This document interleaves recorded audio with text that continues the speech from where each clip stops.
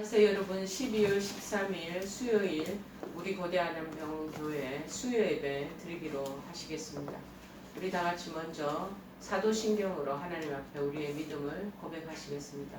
전능하사 천지를 만드신 하나님 아버지를 내가 믿사오며 그 외아들 우리 주 예수 그리스도를 믿사오니 이는 성령으로 잉태하사 동정녀 마리아에게 나시고 본디오 빌라도에게 고난을 받으사 십자가에 못 박혀 죽으시고 장사한 지 사흘 만에 죽은 자 가운데서 다시 살아나시며 하늘에 오르사 전능하신 하나님 우편에 앉아 계시다가 저리로서 산자와 죽은 자를 심판하러 오시리라.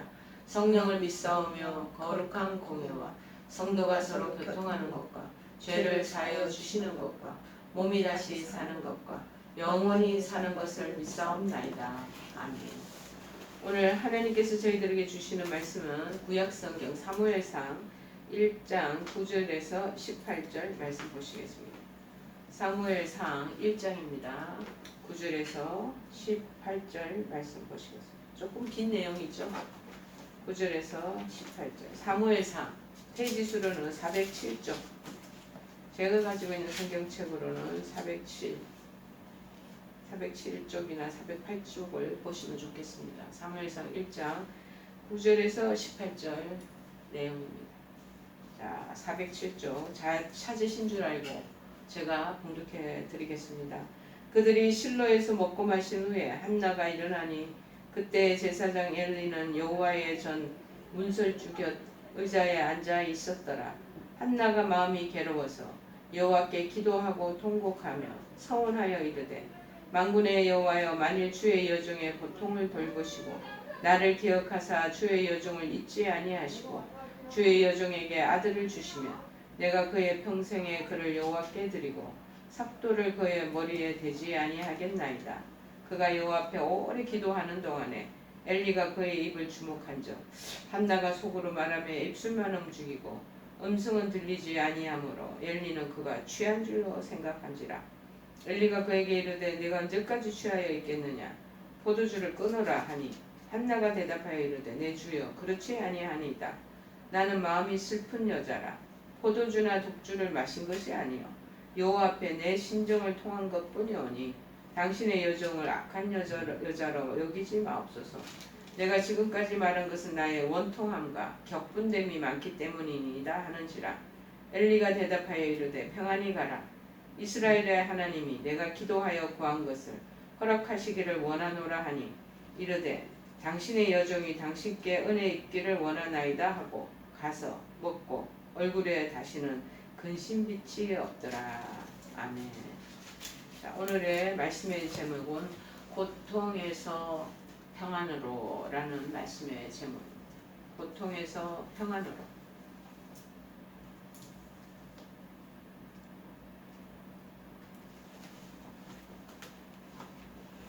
고통에서 평안으로. 자녀들은 원래 어린 자기가 독립체 인격체로 성장하기 전까지는 부모를 통해서 많은 것을 공급받고 조달받는 그런 입장이 있습니다. 그렇기 때문에 본인들이 하고 싶은 거나 요구사항들이 있으면 그렇게 부모에게 많은 요청을 하게 되죠. 그런 것과 같이 우리도 마찬가지로 하나님께 구하고 싶은 것들이 있으면 요청을 하게 됩니다.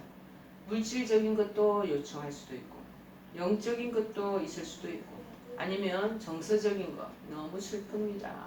너무 지금 고통스럽습니다. 그러니 하나님 나에게 이 슬픔이 기쁨으로 아니면 이 아픔이 그리고 이 마음의 비탄함이 정말 평안으로 바꾸도록 도와주세요 하고 그렇게 요청할 때가 있습니다. 마음의 기쁨과 평화가 정말 절실할 때는 때로 용기와 지혜가 또 필요할 때는 자연적으로 하나님께 다가가겠죠. 그래서 특별히 여러분들 지금 병원에 입원하고 계시기 때문에 질병과 이렇게 싸울 때에는 그때도 마찬가지로 건강의 회복과 좋은 치료의 여정을 위해서 하나님 앞에 요청하시는 것 그거 절실하게 필요할 것입니다.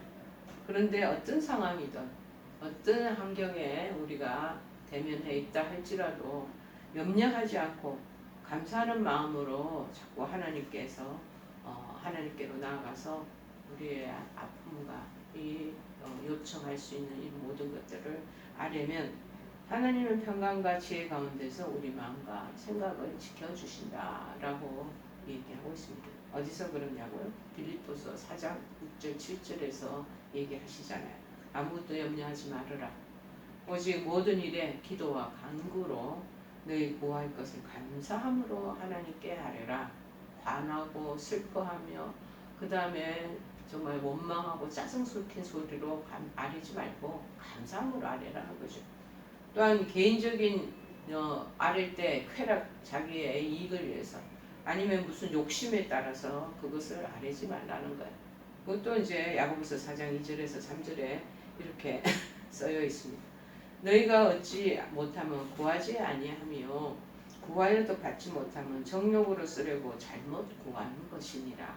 정욕, 우리의 쾌락과 내 인간적인 어떤 활락을 위해서 그 욕심을 가지고 구하면 얻지 못한다는 것. 그러나 이제 하나님의 의와 나를 위해서 기도하면 마음의 소원을 이루어 주신다고 말하고 있습니다. 자, 그러므로 내일 일을 염려하지 말라. 내일 일은 내일 염려할 것이요 한날의 괴로움은 그날 하루에 족하니라. 마태복음 6장 33절에 기록되어 있습니다. 그렇게 하면은 마음의 소원을 이루어 주신다는 것. 하나님은 고난의 자리에 부르짖는 소리를 결코 외면하지 않으신다는 것을 머릿속에 염두에 두셔야 되겠습니다. 때문에 신앙인은 자신이 처한 환경이 너무나 열악하게 지금 어려운 상황에 있을지라도 어려운 환경에 의해서 매몰되어 살지 말라고 말씀하시는 것과 동일할 것입니다. 오히려 그 어려운 환경 때문에 하나님을 도로 찾으라는 것. 하나님을 시선을 돌리라는 것. 내 지금 아픈 질병, 내 지금 치료되지 않고 여러 가지 우여곡절 겪고 있는 그 상황에 그거에만 초점을 두지 말고 도로 그 시선을 하나님께로 향하라. 하나님께 시선을 돌려라. 라고 얘기하고 계시는 것입니다. 오늘 이 본문의 9절에서 11절의 내용도 지금 한나가 자식이 없는 거예요. 자식이 없는 상황인데 당시 고대 근동 사회에서는 자식이 없다라는 자녀를 갖지 못하고 자식이 없으면 그같이 수치스러운 일이 없는 것. 그래서 여자들의 입장에서는 고개를 들고 동네 마을 어귀를 다닐 수가 없는 것.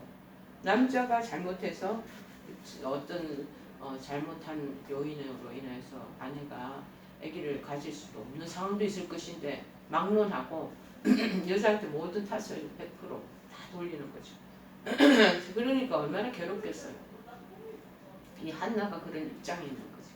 괴롭고 동네 마을 사람들 보기에도 수치스럽고 자기 사촌들 옆에 있는 일가 친척들 보면 다 아기를 배부르고 또 출산하고 두서너 명씩 서너 명씩 막 이렇게 많이 거느리고 있는데 본인은 지금 아기가 없이 지금 그런 상황 결혼한 지 몇 년 지났는데도 있다고 생각을 해보세요.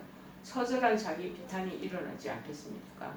여자같이 무슨 직장이 있다든지 경제적인 능력이 있다든지 그 외에 내가 할 수 있는 자기 개인적인 뭔가가 이거 자기가 스스로가 할 수 있는 뭐 여건과 형편과 처지가 막 이렇게 주변에 널려 있었으면 뭐 바쁘고 분주해서 아기를 못 가질 수도 있다라고 하고 거기에다가 온전히 신경을 쓰겠죠. 그런데 정작 그 당시만 해도 결혼하면 반드시 아기가 있어야 되고 그리고 자손을 그렇게 생산해내는 것이 여성들의 할 일이고 업무를 그게 의무라는 것이죠. 그래서 이 인간적 방법 이로 이거 도무지 이것으로서는 해결될 수가 없는 상황에 맞닥뜨리고 직면하게 된 한나입니다. 그래서 이 실제적인 문제 이거를 해결을 어떻게 할까? 이제 고민 끝에 문제 속에 이제 매몰되어 있지 않고 떨치고 일어나는 거예요. 그렇게 하면서 곧장 누구한테 가냐? 하나님께로 이제 나갔다. 한나는 자신의 문제가 있는데 산더미 같고 해결되지도 못할 것 같고 불가능한 것 같고 뭔가 태산같이 높아 있는 그 장벽을 그 바람을 보고 있지 않고 일어나는 거예요. 문제를 해결하기 위해서 무엇을 해야 할지를 이제 알아낸 것 같거든요. 고민하다가 그리고 그것을 위해서 벌떡 일어나게 되는 것입니다. 그러니까 직관적으로 이제 자기가 이 문제에 대해서 파악했다라고 얘기가 우리가 할 수 있는 거죠. 그래서 이제 하나님께 곧장 나아간다. 9절 10절에 한나가 일어나니 자 엘리 제사장의 일행이 실로에서 음식을 먹은 후 한나는 홀로 혼자 스스로 같이 어울려서 밥 먹고 막 수다 떨고 여러 가지 얘기 듣는 거 그런 것도 하기 싫은 거예요. 내가 너무 10년이 고통스러우면요 이 공동체의 사람들하고 어울리는 게 굉장히 힘들어요. 그래서 그냥 한적한 곳에 나은 채 고독의 자리를 찾아서 그렇게 떠나는 거죠. 그 자리를 떠나는 거예요. 이 같은 이제 행동적인 이 변화가 곧 그냥 행동이 나타나는 게 아니고 내면에서 나 이게 정말 너무 싫다. 여기 있는 것이 너무 내가 송구스럽기도 하고 고통스럽다. 그 자기들 얘기하다 보면 자식들 얘기가 막 나올 거 아니에요. 그럼 듣는 게 얼마나 힘들겠어. 그러니까는 벌떡 내적인 이제 일어나야 되고 나 더 이상 여기에 머무르지 못하겠다는 내적인 변화가 있었다는 것을 의미하죠. 일어났다라는 것은 애통하고 슬퍼하던 그 상태에서 이제 떨치고 일어났다는 거예요. 하나님으로부터의 위로와 응답 쪽으로 눈을 돌리게 되었다는 것을 말해주고 있습니다. 그래서 10절에 한나 마음이 괴로워서 이제 여호와께 기도하고 막 엉엉엉 통곡하고 웃는 거죠. 이 통곡하다는 이것은 정말 자기의 심정이 극도로 상해 있을 때 표현하는 행동입니다. 이 통곡은 강렬한 호소의 성격이 내포되어 있는 것입니다. 그래서 하나님께서 자기 기도를 들어주실 것을 마음속 깊은 곳에 믿고 그래서 아픈 마음을 조금도 숨김없이 여과 없이 그냥 당당하게 낱낱이 그렇게 아뢰는 것을 의미하는 것입니다. 근데 하나님께 이제 그런데 희한하게도 서원 기도를 드리면서 또 기도를 하네요. 자, 이것은 그만큼 지금 본인이 절박하고 심각한 그 환경과 지금 그런 당면한 문제에 놓여 있다라는 것을 의미하는 거죠. 그래서 진정한 평화와 위안을 얻고자 하나님과 독대할 수 있는 곳에 있었던 것입니다. 통곡하고 괴로움을 토로한 후에 아들을 구하는 거예요. 자, 그리고 아들을 주신다면 그 아이를 여호와께 드리겠다.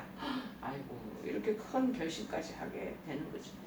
그러면 여종을 잊지 아니하사 한나는 단지 아들을 달라는 것뿐만이 아니고 내가 지금 통곡하고 울고 있는 이 비련한 여인 나를 좀 돌아보십시오. 여종의 이 나를 잊지 말아 주십시오.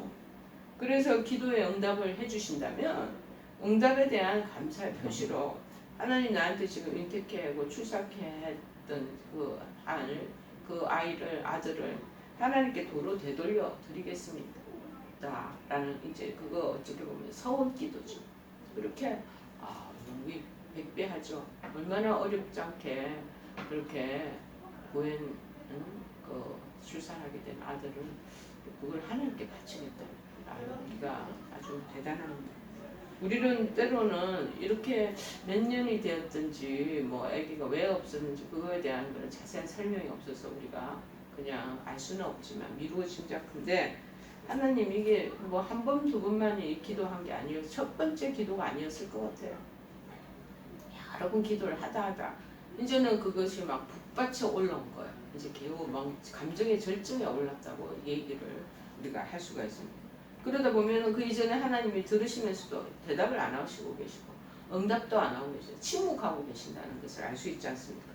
그러니까는 이렇게 자기가 표현하는 거 나를 잊으셨습니까? 나를 잊으셔서 기억 못하고 계십니까? 그렇게 말하는 거죠.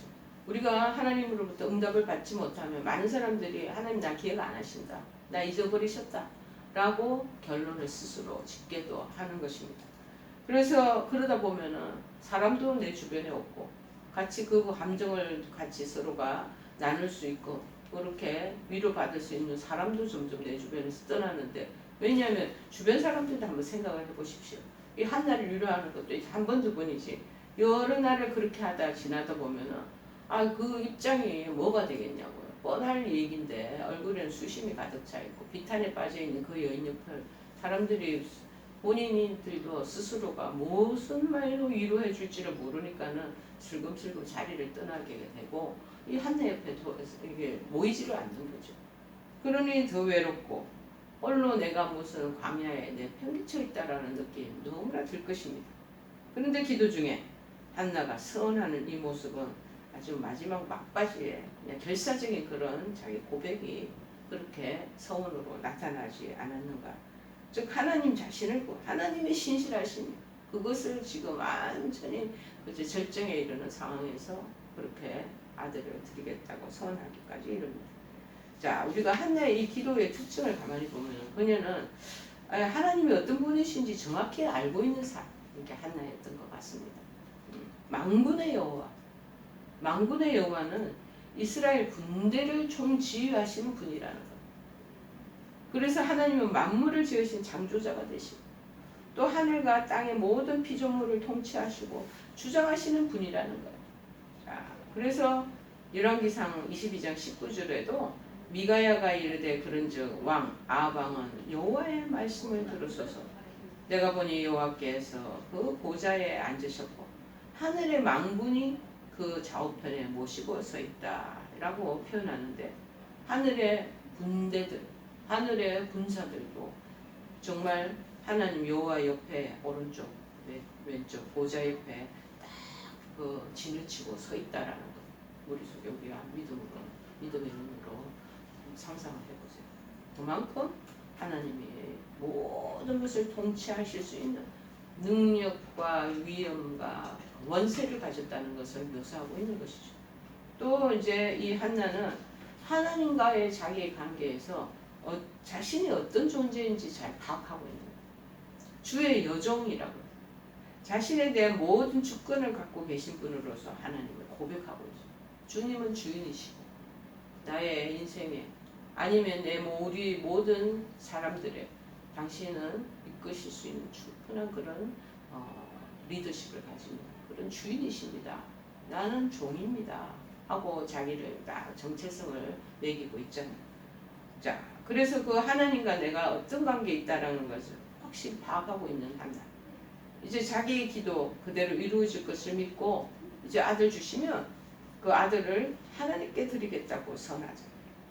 자, 아마도 이 소원하는 이 모습이 저는 표현하는 법을 하나님 응답 주신다는 걸 또 알고 있는 거예요. 그러니까는 아들 주시면 내가 드리겠다고 이렇게 선하지 않았겠습니까? 이게 뭔가 하나라도 가능성이 없다면 그 이런 기도를 왜 했겠어요? 잔잔한 그 심령 안에 영혼 안에 깊이 있게 기도 응답이 어느 날에 썸데이 올 것이라는 그 확신, 컨펌이 딱 온 거예요. 그러면서 서원을 하게 된 거죠. 예, 한나가 굉장히 지혜로운 그런 여성인 것 같습니다. 자, 그런데 두 번째는 우리가 12절에서 18절을 보니까 엘리라는 제사장이 오해를 하는 것. 그러면서 오해를 한 부분에 대한 것도 한나가 해명을 하는 부분이 나옵니다. 지혜로운 여인이죠. 6월절에 이제 그 축하 절기 기간이 이스라엘 그 공동체에서는 늘 있어 왔습니다. 그래서 예루살렘 성전으로 가기에 순례객들이 많은 거예요. 성전을 그때 여행객 가서 제사 지내고 거기서 정말 하나님께 영광을 돌리기 위해서 1년의 행사로 올라가는 거죠. 그런데 주목받는 것이 쉽지 않으실 것임에도 불구하고 주변에 사람이 많잖아요. 이 제사장이 한날 가만히 유심히 주목하게 됐다라는 거죠. 근데 한나가 시간적으로 마음적으로 오래오래 기도를 하는 거예요. 뭐 할 말이 얼마나 많겠습니까?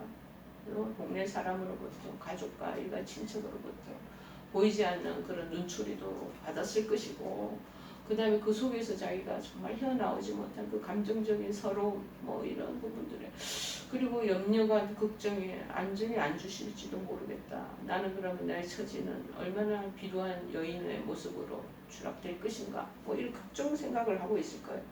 그래서 이제 시간적으로 오래오래 기도를 하는 거예요. 그런데 한나는 보니까는 입술로만 기도하였다 그렇게 나와 있거든. 입술로만 기도. 이제 속으로 말하면 입술만 움직이니까 딸막딸막 음성 말하는 소리가 안 들려요.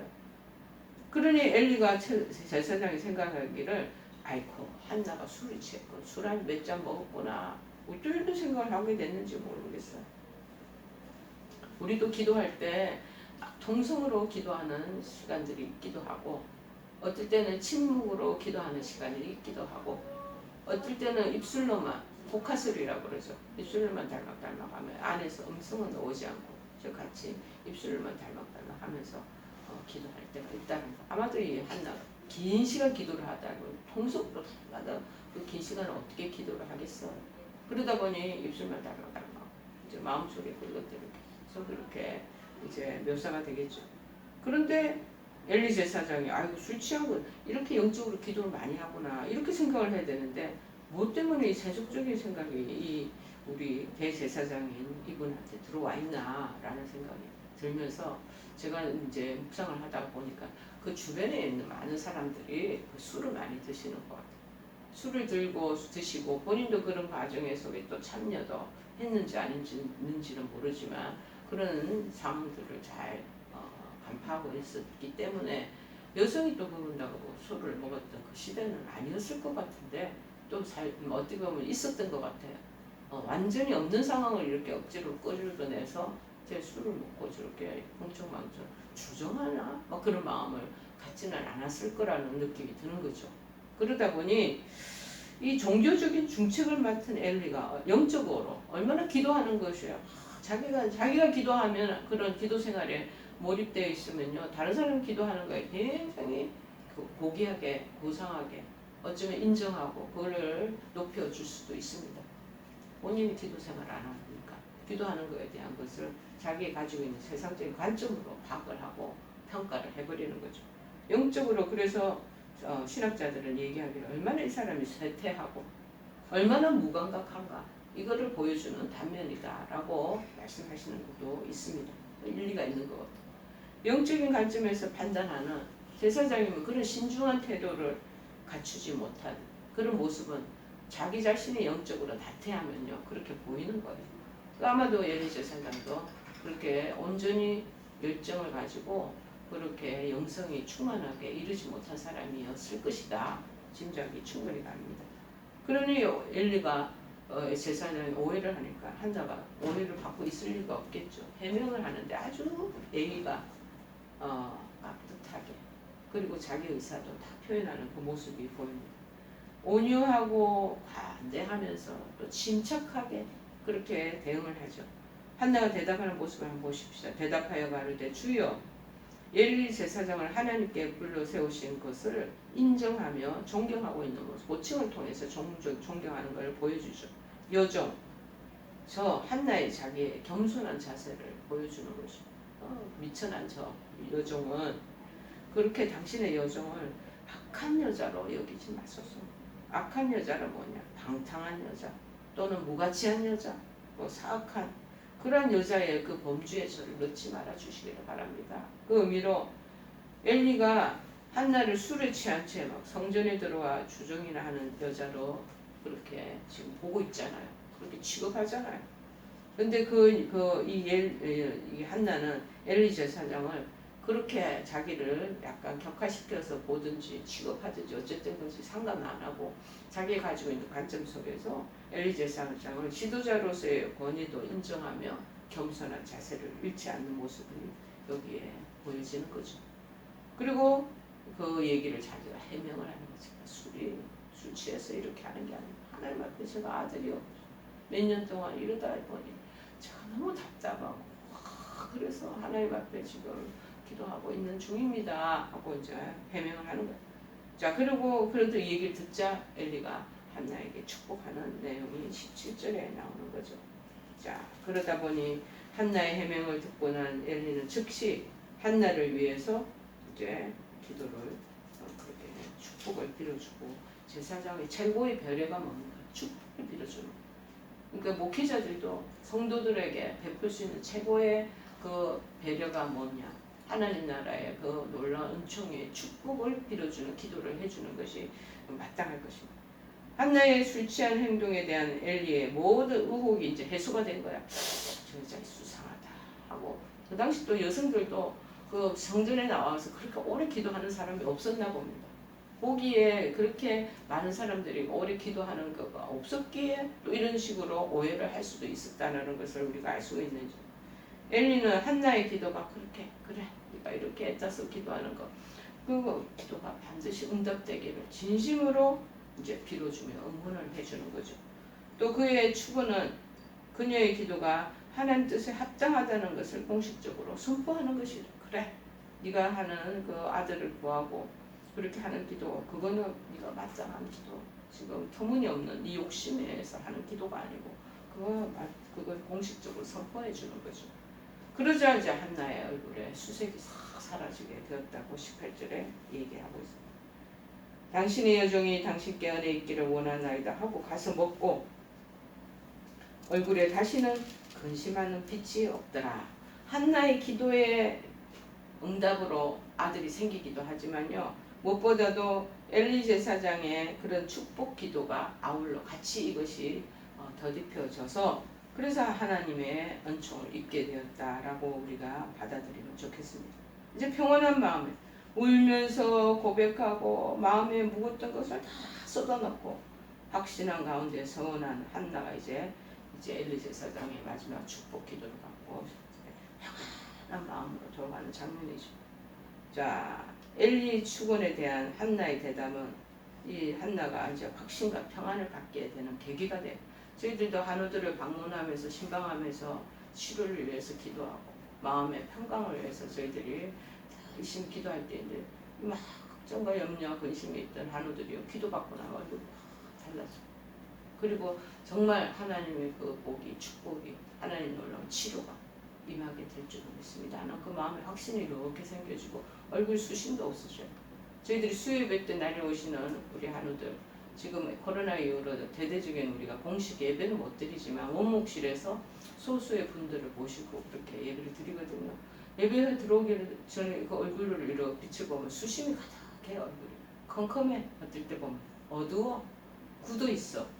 그런데 말씀을 듣고 우리가 찬양하고 또 제가 마지막으로 축복기도 해드리고 그리고 안수기도 해드리고 나가실 때 그 모습을 보면 얼굴이 웃음이 대체 돌아오게 되고 마음의 평강이, 하나님 주시는 평강의 빛이 이렇게 스며드는 것들을 볼 수 있고, 처음에는 얼어있던 그 굳어있던 그 마음이 굳어있으니까 얼굴 표정이 다 굳어져요. 그런데 하나님 주시는 메시지, 복음의 메시지를 듣고 마음에 평안을 얻고 확신을 가지면 얼굴 전체에 또 기쁨이 이렇게, 이 마음과 얼굴 표정은 같이 똑같은 동일한 거예요.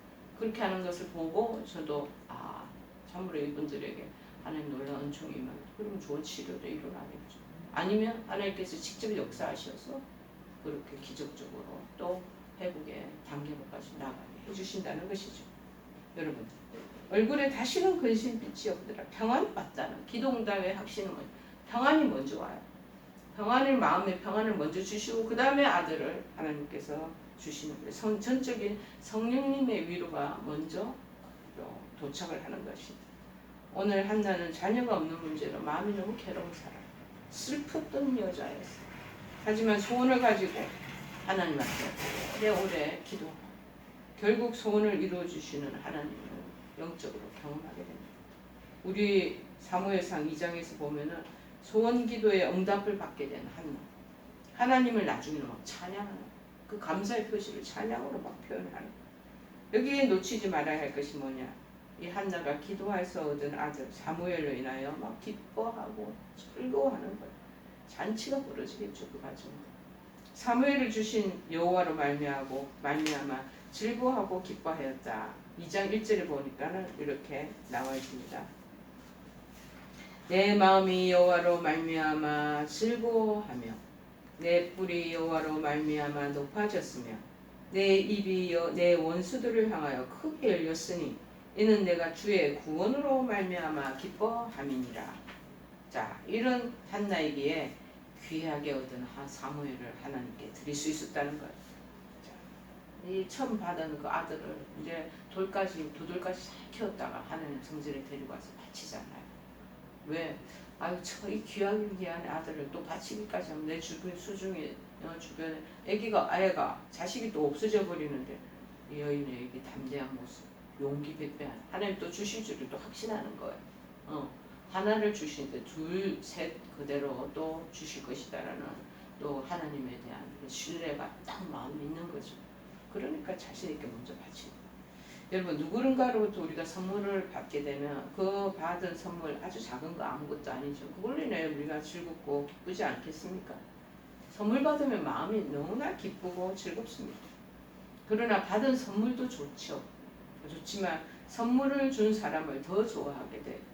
그 사람에게 감사하는 것이 건강한 태도가 아닌가 그런 마음이 듭니다.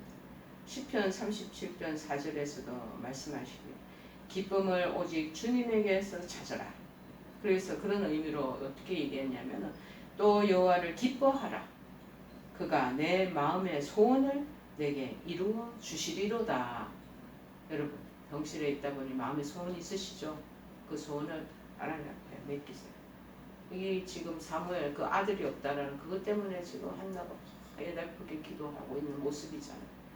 이 아들이 누구냐? 여러분의 건강을 잃어버려. 이 건강 때문에 하나님 앞에 성전에 나와서 기도해 보십시오. 불가능한 것들도 가능한 것을 하나님은 바꿔주시는 그 기적도 베풀어 주신다는 거예요. 자, 그래서 정말 마음의 소원을 들어주신다고 합니다. 여러분이 그 소원을 내가 이 치료를 위한 그리고 회복을 위한 쾌유를 위한 그 기도에서 마음의 소원을 가지고 올라가시기를 바랍니다. 그리고 기억하시기 바랍니다. 기도의 핵심은 소원을 이루어 주신 것에 있지 않고 하나님 때문에 이 내 기도를 들으셨구나 하는 하나님의 그 마음, 하나님의 그 자비, 하나님의 그 베푸심에 대해서 기뻐하는 것들에 있다라는 것입니다. 내 기도를 들으시는 하나님으로 인해서 여러분이 기뻐한 적이 얼마나 있으십니까? 한번 여러분 일생 지금 병실에 있으시니까 시간이 얼마나 많이 남아도세요. 한번 돌아보세요. 늘 아프고 불안하고 염려, 그 앞날에 이게 될지 안 될지 모르겠다. 그런 거 따지지 마시고 하나님 나에게 인생에 돌아보시면서 얼마나 나에게 기쁨을 주고 그거를 먼저 한번 이렇게 헤아려 보십시오. 자, 우리의 기도에 하나님은 귀를 기울여 주십니다. 언제나 하나님으로 인해서 기뻐하는 자녀가 되고 그렇게 하는 그런 자녀가 하나님께 영광을 돌리는 것을 또 받으십니다. 어떤 상황에 처하든지 염려하지 말고 모든 일을 감사함으로 간구하라고 얘기하잖아요.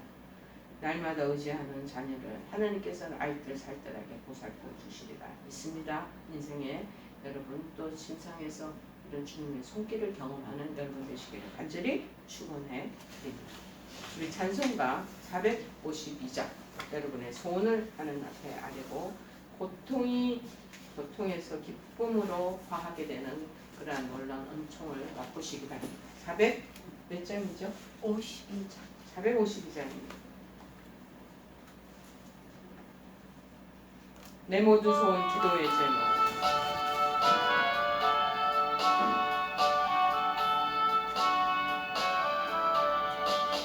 내 모든 소원 기도의 제목 예수님 닮기 원함이라.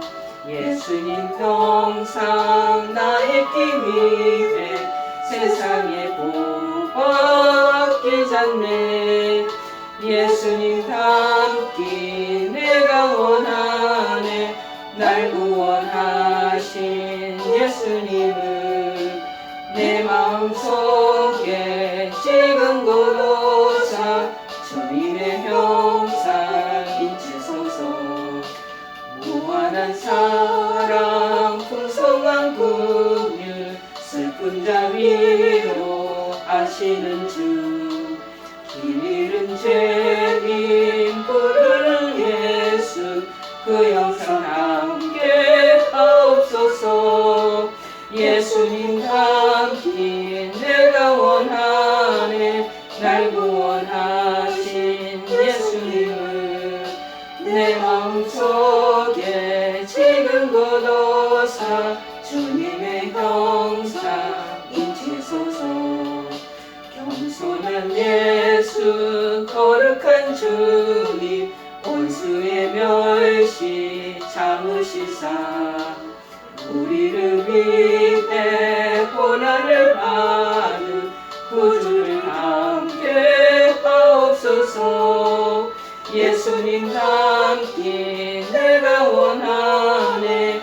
날 구원하신 예수님을 내 마음속에 능고도사 주님의 평상 인치소서. 우리 다 같이 주기도문으로 수요예배 마치겠습니다. 하늘에 계신 우리 아버지여, 이름이 거룩히 여김을 받으시오며 나라의 임하옵시며 뜻이 하늘에서 이룬 것 같이 땅에서도 이루어지이다. 오늘날 우리에게 일용할 양식을 주옵시고 우리가 우리에게 죄 지은 자를 사하여 준 것 같이 우리의 죄를 사하여 주옵시고 우리를 시험에 들게 말게 하옵시고 다만 악에서 구하옵소서. 내 나라와 권세와 영광이 아버지께 영원히 있사옵나이다. 아멘.